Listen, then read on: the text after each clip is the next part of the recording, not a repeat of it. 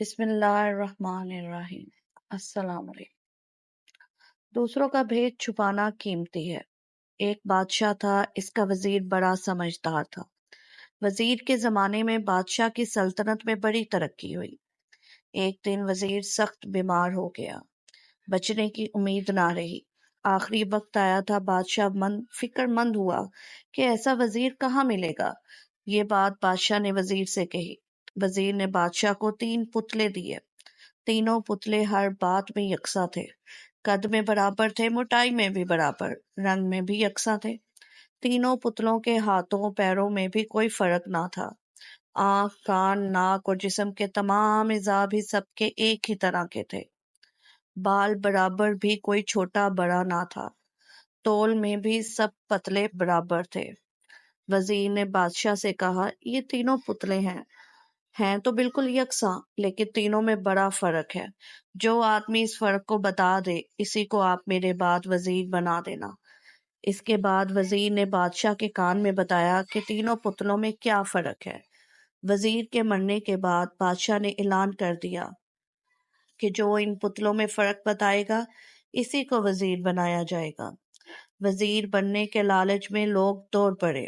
لوگ آتے اور بالوں کو دیکھتے، پتلوں کو ناپ تول کرتے، رنگ و ناپ جانتے، لیکن فرق نہ پاتے تو پریشان ہو کر واپس چلے جاتے۔ اس طرح بہت دن گزر گئے، کوئی پتلوں کو پرکھ نہ سکا۔ اب دیکھیے اللہ کی قدرت، وہ جسے چاہتا ہے عزت دیتا ہے اور جسے چاہتا ہے ذلیل کرتا ہے۔ اللہ تعالیٰ جس کا مرتبہ بڑھانا چاہتا ہے، اس کو سمجھ بوجھ دیتا ہے۔ ایسا آدمی بڑی مشکل بات کو بھی آسانی سے سمجھ لیتا ہے۔ ایک دن ایسا ہوا کہ ایک آدمی ادھر آ نکلا۔ بادشاہ کا اعلان وہ بھی سن چکا تھا۔ اس نے پتلوں کو تولا، تینوں پتلے برابر نکلے۔ اب اس نے انہیں ناپا، ہاتھ، پیر، آنکھ، کان، ناک وغیرہ سب کچھ ایک ایک کر کے ناپتا رہا۔ ناپ پہ برابر، رنگ و روپ جانچا، اس میں بھی کوئی فرق نہ پایا۔ اس نے تینوں پتلوں کو تو رکھ دیا اور سوچنے لگا کہ جب یہ پتلے ہر بات میں برابر ہیں تو پھر کیا فرق ہو سکتا ہے۔ اچانک اس کی نگاہ ایک پتلے کے کان پر پڑی۔ پتلے کے کان میں ایک سوراخ تھا۔ اس نے دوسرے پتلے کو دیکھا تو ان کے کانوں میں بھی سوراخ تھے اور یہ سوراخ بھی برابر تھے۔ اب وہ آدمی اور بھی پریشان ہو گیا۔ وہ پتلوں کو رکھ کر جانے ہی والا تھا کہ اللہ نے اس کے دل میں ایک بات ڈالی۔ اس نے ایک پتلے کے کان میں منہ سے پھونکا، دوسرے پتلے کے کان میں بھی پھونکا اور تیسرے پتلے کے کان میں بھی پھونک ماری۔ پھر وہ خوشی کے مارے اچھل پڑا۔ اس نے پہرے داروں سے کہا کہ میں سمجھ گیا ہوں کہ ان پتلوں میں کیا فرق ہے۔ پہرے دار دوڑتے ہوئے بادشاہ کے پاس گئے۔ بادشاہ نے جھٹ دربار لگانے کا حکم دیا اور اس آدمی کو بلوایا۔ دوسرے لوگوں کو معلوم ہوا کہ ایک آدمی ان پتلوں کا فرق بتائے گا، تو بہت سے لوگ بھی ساتھ چلے گئے۔ بادشاہ کا حکم پا کر اس آدمی نے ایک پتلا اٹھایا، اس کے کان میں منہ سے پھونکا اور بتایا، حضور یہ پتلا تینوں پتلوں میں اول نمبر کا ہے، بڑا ہی قیمتی ہے، اگر اسے ہیروں سے تولا جائے تو بھی اس کی قیمت کم ہے۔ بادشاہ نے پوچھا، اس پتلے میں کیا اچھائی ہے؟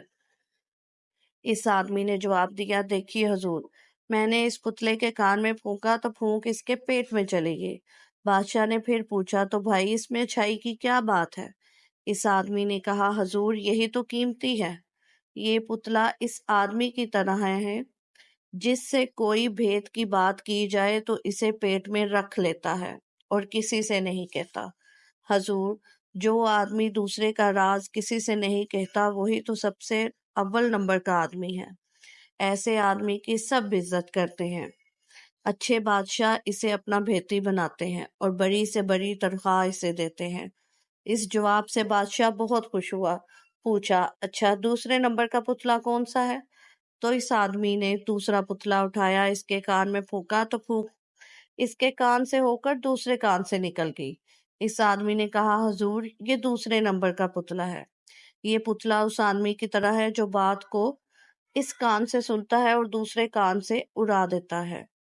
ایسے آدمی سے نہ نقصان کا ڈر ہوتا ہے اور نہ کوئی فائدہ۔ اس کو کسی کام پر لگا دو تو یہ تو یہ تیلی کے بیل کی طرح لگا رہتا ہے، اس کی کوئی قیمت مقرر نہیں، جو چاہے دے دو، اس کے لیے بہت ہے۔ بادشاہ اس جواب سے بھی بہت خوش ہوا اور پوچھا، اچھا اب اس تیسرے پتلے کے بارے میں بتاؤ کہ اس میں کیا بات ہے۔ اس آدمی نے تیسرا پتلا اٹھایا اور اس کے کان میں پھونکا، پھونک اس کے کان میں سے ہوتی ہوئی منہ سے باہر نکل گئی۔ آدمی نے کہا، حضور یہ پتلا 2 کوڑی کا بھی نہیں، یہ پتلا اس خراب آدمی کی طرح ہے جس سے کوئی بھید کی بات کی جائے تو جھٹ دوسروں سے کہہ دیتا ہے، جہاں کوئی بات سنتا ہے بس بے جانے پرکھے ہر ایک سے کہتا رہتا ہے۔